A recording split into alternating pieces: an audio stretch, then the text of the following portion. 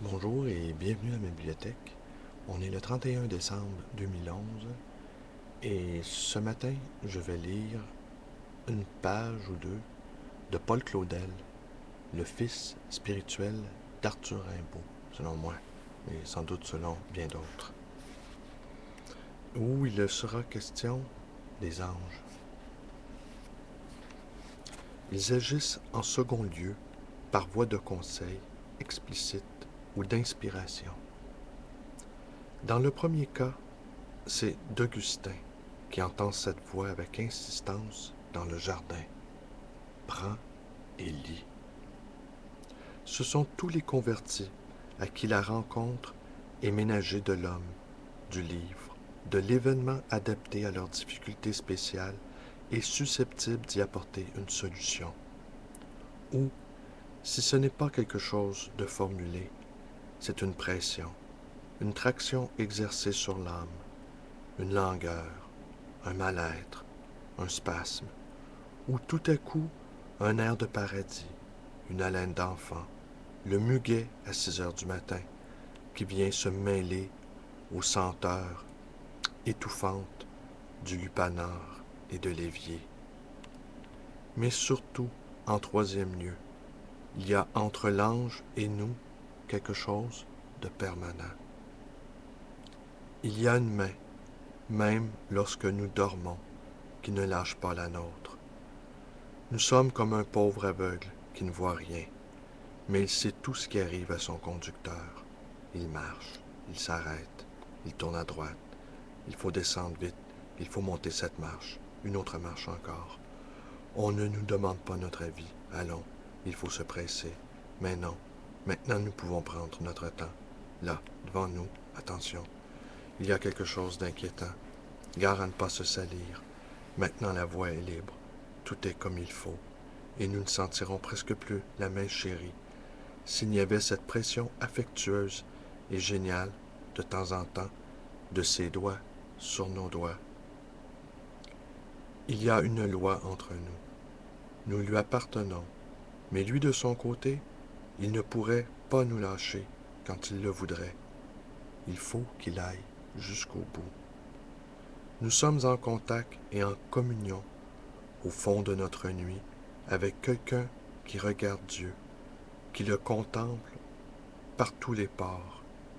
Sur la terre où nous sommes, nous partageons le pouls et le battement de cœur de ce frère au ciel qui parle à notre Père.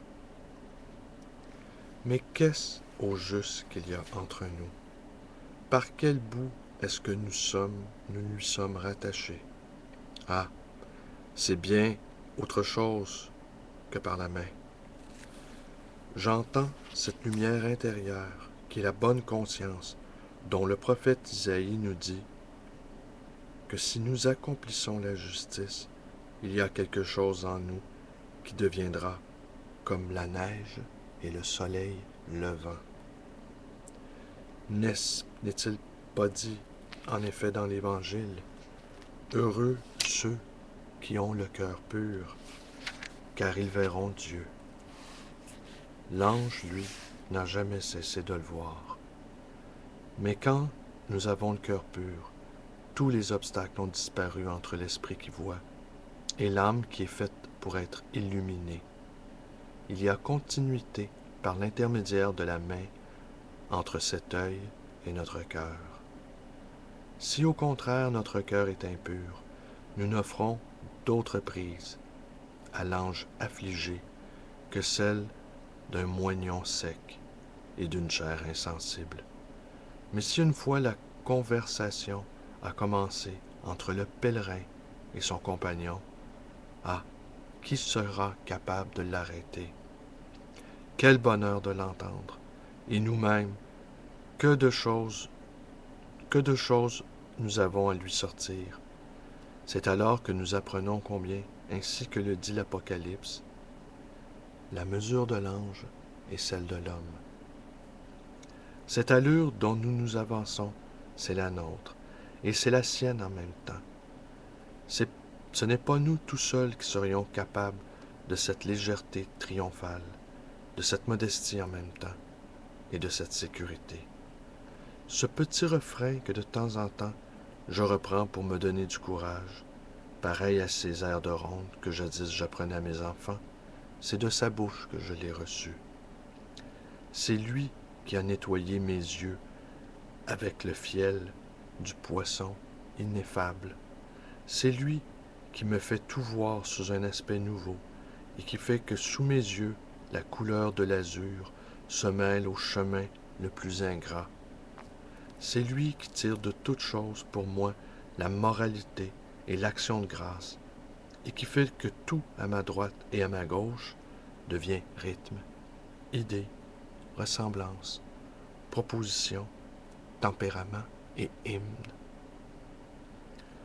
Le livre de Daniel nous apprend qu'il y a des anges gardiens, non seulement pour les individus, mais pour les collectivités. Il nous montre l'ange des Perses en conflit avec celui des Grecs. De même, l'Apocalypse nous parle des anges des différentes églises, présentant leurs œuvres et leurs prières, endossant leurs mérites et leurs fautes. Nous arrivons maintenant à cette fonction des anges que nous avons appelée essentielle. Ce qui est essentiel en toute créature, c'est la raison d'être. C'est le rapport de l'être particulier avec l'être général. C'est le sens par rapport à son mandat de la délégation qu'il a reçue. Pour comprendre la raison essentielle de l'ange, c'est donc du côté de son auteur que nous devons regarder, plutôt que dans les rangs subordonnés.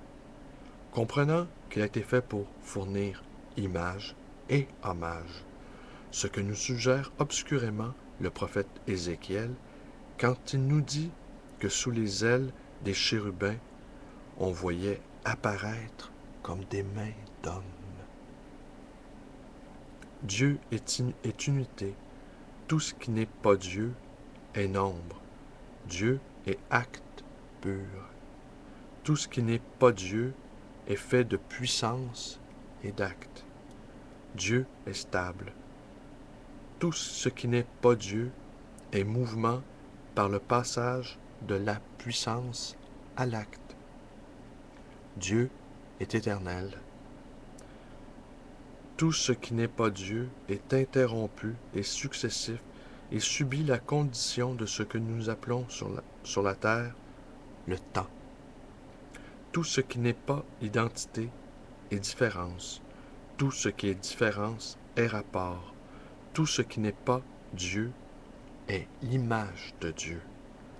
Toute image résulte d'une différence qui rend possible la comparaison. C'est cette différence par rapport à l'être inqualifié que tout être particulier se définit. De toutes ces différences, la plus générale est le mouvement. Et l'ange, étant la plus générale de toutes les créatures, c'est par le mouvement que se traduit le plus directement, c'est-à-dire avec une moindre interposition de cause seconde, sa raison d'être. Dans l'ange, il est possible de distinguer 3 sortes de mouvements: la respiration, la révolution et la translation.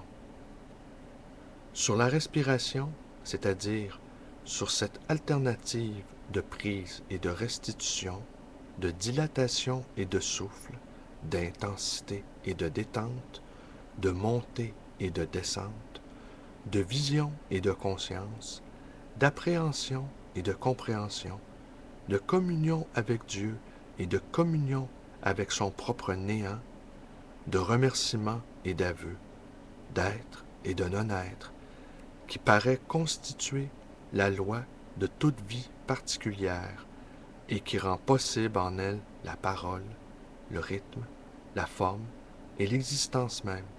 Je n'ai rien à ajouter aux explications que l'on trouvera de tous côtés éparses dans mon œuvre. Il a mis de l'imperfection jusque dans ses anges. Job. Et c'est cette imperfection même, ce bienheureux déficit, à jamais impossible à combler, qui est cause de leur joie, comme il est le principe de leur action. Car s'il n'y avait pas de vide en eux, qu'est-ce qu'il aurait à remplir? S'ils ne pouvaient rien recevoir de Dieu, qu'est-ce qu'il aurait à lui donner? Dieu est esprit. Les anges n'auraient-ils pas de poumons pour le respirer et pour en faire l'aliment de leur propre existence?